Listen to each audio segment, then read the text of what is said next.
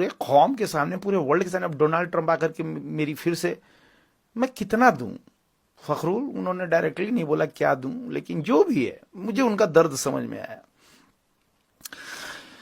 ये एक मामला जो है ये सॉर्ट आउट होने का नाम ही नहीं ले रहा। जब वजीर आजम गए हैं तो इनको माइक्रोफोन पकड़ा दिया गया।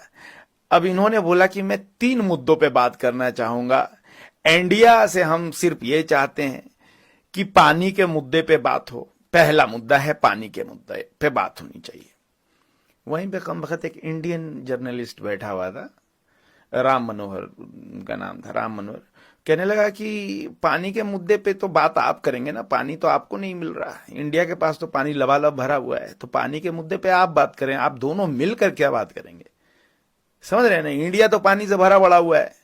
ये तो वही बात हो गई कि, समझ रहे हो ना, तो ये दोनों की तो मुद्दे की बात ही नहीं है। इंडिया ने पानी रोक लिया है, आपको पानी चाहिए तो आपको पैर में पकड़ करके, मतलब माफी में, इसकी हमारी मजबूरी थी, अलग कंट्री में थे कि हम उसे नहीं तो हिरासत में डाल देते। हमने तो ex prime minister Imran Khan को अंदर डाल दिया, ये तो जर्नलिस्ट था। खैर, दूसरे मुद्दे पे आए वजीर आजम, बोले कि देखो ट्रेड के बारे में बात होनी चाहिए, हम पीस के साथ, शांति के साथ ट्रेड पे भी बात करेंगे।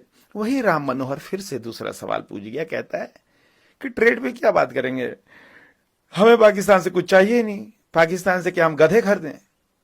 ये इस तरीके की बेइज्जती। वजीर आजम आगे पीछे देखने लगे, बोले ये कौन है मेरे से पूछने। मैंने बोला नाम में लिखा हुआ राम देख नहीं रहा। तो ये चीजें चल रही थी। फिर तीसरा, वजीर आजम ने जैसे तैसे अपने आपको संभाला, और फिर तीसरे मुद्दे पे वो बोले कि काउंटर टेररिज्म, टेररिज्म पे दोनों को मिलकर बैठकर बात करनी होगी, समझना होगा। फिर राम मनोहर बोल पड़ा, कहता टेररिज्म तो तुम्हारे यहाँ है वजीर आजम, बुरा न माने, टेररिज्म तो आपके यहाँ जो है कीड़े की तरह, दिमक की तरह आपको खाए जा रहा है, आप ही के लोगों पे फट रहा है, आप ही के अगल बगल के इलाकों में फट रहा है। तो टेररिज्म का भी मामला तो आप ही का है, इसमें इंडिया के साथ आपको बैठकर मिलकर बात करने की क्या जरूरत है? आप अपने यहाँ खत्म कीजिए, खुद ब खुद हर तरफ पूरे वर्ल्ड में टेररिज्म खत्म हो जाएगा।